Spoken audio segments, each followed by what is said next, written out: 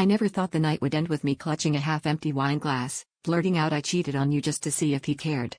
We'd been circling the same arguments for weeks, late replies, missed calls, the way he never made plans for the future.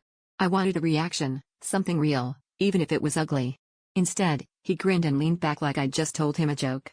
The silence stretched until I started to feel sick. He didn't shout, didn't accuse. He just stood up, wiped his hands on his jeans, and said, "You should meet my wife."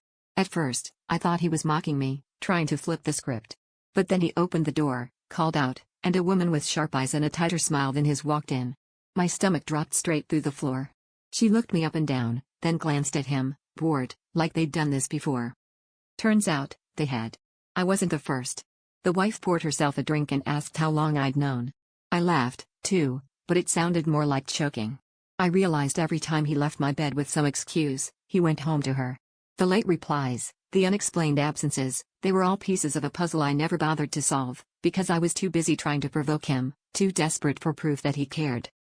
I'd confessed to cheating, hoping to hurt him into loving me, but all I did was expose how little either of us meant to the other.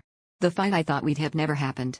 As I left their apartment, I wondered if I'd ever been the villain or the victim, or just a prop in someone else's game. The worst part was the relief that washed over me. Finally, I didn't have to pretend anymore.